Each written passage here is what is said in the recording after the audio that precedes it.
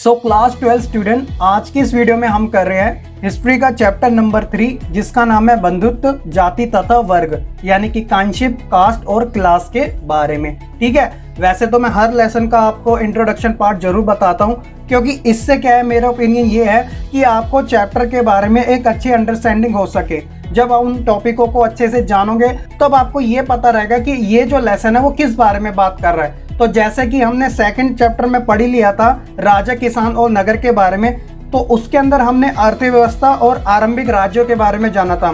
तो इस वाले लेसन के अंदर हम आरंभिक समाज के बारे में जानेंगे, जिसका टाइम पीरियड सेम है, यानी कि 600 बीसी से लेकर 600 एडी के बीच में। तो आइए जानते हैं इस लेसन के इंट्रोडक्शन पार्ट में कि आपको किन टॉपिक्स को पढ़ना है और ऐसे कौन से टॉपिक है जो एग्जाम में ज्यादातर पूछ ले जाते हैं। तो my name is Shahrukh Saifi and welcome to our YouTube channel Quick prep.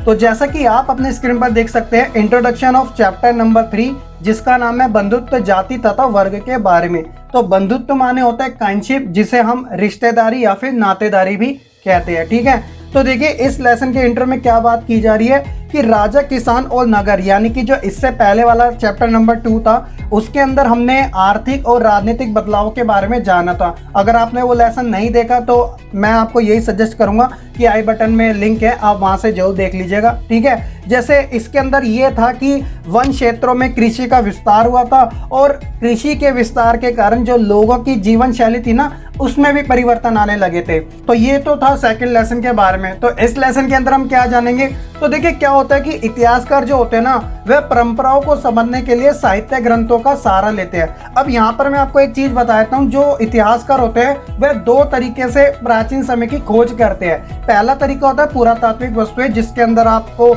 इमारतें, मूर्तियां, सिक्के, ये सारी चीजें आती हैं। और दूसरी होते हैं वो होते हैं साहित्य स्रोत। तो साहित्य स्रोत के अंदर जैसे किताबें होगी, लेखन कला होगी, पांडुलिपियां होगी, ये सारी चीजें इसके अंदर आती है, जिसके अंदर ऐसी महत्वपूर्ण जानकारियां लिखी होती है जो कि उस तत्कालीन समाज का ब्यौरा देती है। तो इन साहित्य ग्रंथों से इतिहासकारों को क्या क्या जानकारी प्राप्त होती है, जैसे वहां का सामाजिक व्यवहार किस प्रकार का था, जो समाज का चित्रण था यानी जो डिजाइन किया हुआ था किस प्रकार का था, साथ ही जो समाज के अंदर जो एग्जिस्ट जो कस्टम्स थे यानी कि जो मौजूदा रिवाज होते थे वो कौन कौन से थे, ये सारी चीजें इस चीजों के अंदर आती है। तो इसी तरह उपमहाद्वीप के ग्रंथों में से एक सबसे प्रसिद्ध ग्रंथ वो था महाभारत। तो इस लेसन के अंदर आपको महाभारत के बारे में ही सारी जानकारी जाननी है। तो आई होप कि अब आप ट्रैक पे आ चुके होंगे और आपको ये पता चल चुका होगा कि ये जो लेसन है हमें किसके बारे में जानकारी देने वाला है। अगर इस लेसन के कंटेंट की बात की जाए तो इसके अंदर हम ये जानेंगे कि कौन कौन से टॉपिक है जिन्हें आपको पढ़ना है और साथ ही वो टॉपिक कौन से जो एग्जाम में पूछ ले जाते हैं। ठीक है,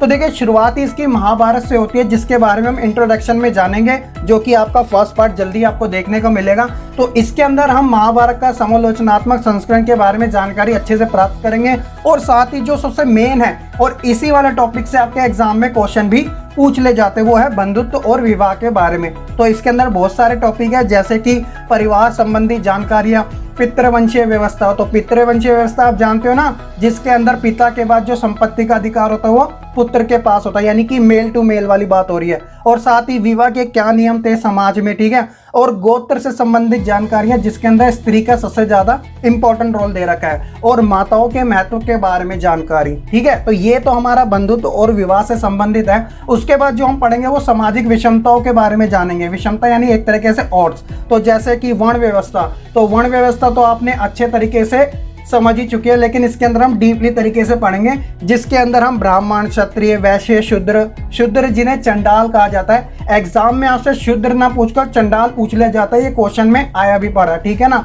और साथ ही धर्मसूत्र और धर्मशास्त्रों के बारे में, ये हर बार ज्यादातर 1 नंबर में आपसे पूछ लिया जाता है। अब तो वैसे आपके एमसीक्यू आएंगे तो आपको अच्छे से जानकारी भी मिल जाएंगी। और जाति और सामाजिक गतिशीलता के बारे में जानेंगे इस वाले टॉपिक के अंदर। और जो हमारे बाकी के टॉपिक्स होंगे वो काफी कॉमन से है और काफी शॉर्ट है, जैसे कि संपत्ति के अधिकारों के बारे में, सामाजिक विषमताओं की व्याख्या के बारे में, साहित्य स्रोत जो होते हैं उनका इस्तेमाल किन किन चीजों में किया जाता था। और जो हमने शुरुआत की थी महाभारत से, तो हम खत्म भी महाभारत से ही करेंगे, जो कि एक गतिशील ग्रंथ है। तो ये आपका ओवरऑल चैप्टर कंटेंट है और ये लेसन आपका ज़्यादा से ज़्यादा 2 या 3 पार्ट में कंप्लीट हो जाएगा जल्दी। तो आई होप कि आप इस लेसन का ओवरव्यू तो अच्छे से समझ चुके होंगे। अगर आपको ये वीडियो पसंद आई है तो लाइक करना ना भूलेगा। अगर कोई डाउट है या फिर आप फीडबैक देना चाहते हैं तो कमेंट करके जरूर बताइएगा, साथ ही शेयर कीजिएगा अपने फ्रेंड्स के साथ। और अगर आपने अभी तक हमारा टेलीग्राम ग्रुप नहीं ज्वाइन किया तो डिस्क्रिप्शन के अंदर लिंक है, आप जरूर ज्वाइन कीजिएगा, क्योंकि वहां पर आपको चैप्टर वाइज अपडेट मिलती भी रहती है। साथ ही सीबीएसई से जुड़े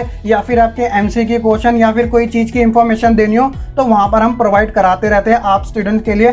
तो आपसे यही रिक्वेस्ट है कि आप जुड़िएगा और साथ ही अपने फ्रेंड्स को भी इन्वाइट कीजिएगा हमारे टेलीग्राम ग्रुप में, जिसका लिंक आपको डिस्क्रिप्शन में मिल जाएगा। तो चलिए फिर आज की इस वीडियो में इतना ही। मैं मिलूंगा फिर एक नई वीडियो के साथ आपसे। तब तक के लिए आप खुश रहे, पढ़ते रहे और आगे बढ़ते रहे।